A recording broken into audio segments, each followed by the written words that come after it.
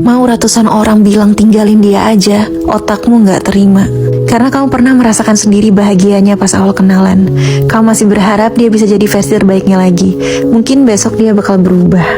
Bagian otak yang disebut sistem limbik yang mengatur emosi dan insting bertahan hidup mengambil alih kontrol. Saat kamu merasa senang karena cinta, harapan, atau kenangan manis dengannya, otakmu melepaskan dopamin, zat bahagia. Rasanya nagih, bikin euforia, bikin kamu lupa logika. Kamu capek, kamu sadar hubungan itu menyakitkan, tapi kamu nggak bisa pergi. Karena saat kamu mencoba pergi, dopamin menurun drastis. Fokusmu buyar, hidup terasa kosong. Lalu kamu ketemu dia sebentar, dan boom, otakmu langsung menghubungkan dia dengan kenyamanan. Kayak orang yang udah berhenti ngerokok bertahun-tahun, tapi ngelihat asbak langsung pengen ngerokok lagi. Itu men-trigger dia akan kesenangan masa lalu pas dia ngerokok. Ini bukan cinta sejati, ini kecanduan emosional.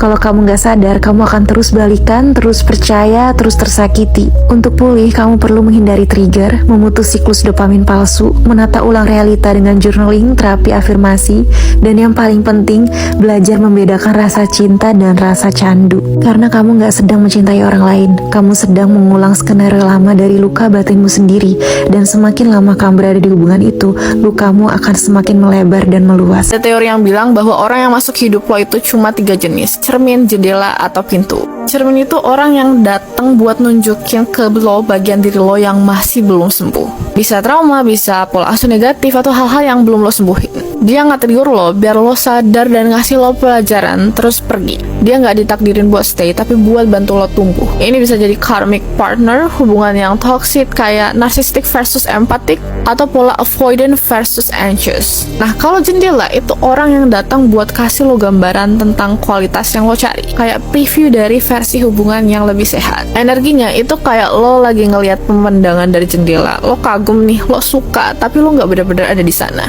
Bisa jadi platonic relationship, orang yang lo suka tapi dia nggak suka balik, atau seseorang yang vibes-nya cocok tapi belum waktunya. Dan terakhir, pintu. Ini adalah orang yang memang ditakdirkan buat jadi bagian penting dalam hidup lo. Tapi pintu ini cuma bisa kebuka kalau lo udah selesai sama proses healing lo, dan lo udah benar-benar full commit sama personal growth. Baru tuh lo bisa dikasih kunci buat buka pintu itu. Jadi yang datang sekarang itu cermin, jendela, atau pintu?